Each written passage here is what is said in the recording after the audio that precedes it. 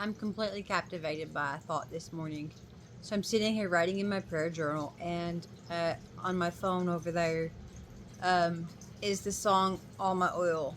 And paused for a minute and I got to thinking, like, and this is where I'm at this morning. Like, I've spent all morning with the Lord. I skipped everything else and I've been with Him all morning. And, like, when we give Him everything, we're really not actually giving Him anything, because as I was listening to that song, I had just finished writing how everything comes from Him, so we can chase after all these things in the world that don't satisfy, that don't fulfill us, that leave us dehydrated and hungry, or we can chase after Him, and He sustains and He fills and He's so permanent. And then when we pour out our lives, when we give ourselves fully to Him and to others for Him, we're just giving back what He gave us already. But it's like this beautiful cycle. And I thought about it more, and I meditated on it for a minute, and it's just so beautiful the way that He designed things. I remember when I used to be whatever it was that I was. It's easy to say the word witch, but that's maybe a little extreme. But whatever I was, I believed in a lot of weird new age stuff.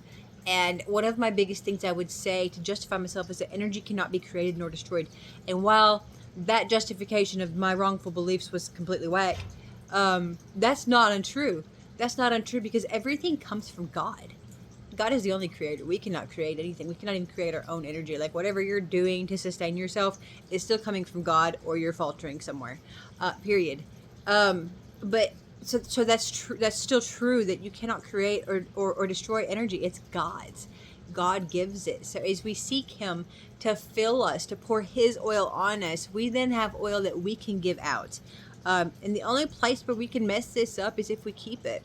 If we keep what He gives us for ourselves, we're not only robbing everyone else of what we have to offer, but we're robbing ourselves of Him filling us again and again and again and again. And as we pour out, He'll do that. So He fills us so that we can in turn give back to Him. And we give back to Him by praising Him, worshiping Him, serving Him. And more often than not, we do that by doing for other people. When we give to other people, as believers filled with the Holy Ghost, we are giving to God. That's how He created us, for us all to be one, with Him at the very core, Him at the very center. Him is the source of power, and Him is the reason and the purpose. He's at the middle, the top, the bottom. He is everything. And we just give and give and give and give and give to one another. And in so doing, you stop looking at yourself, honey. Like, this is for me too.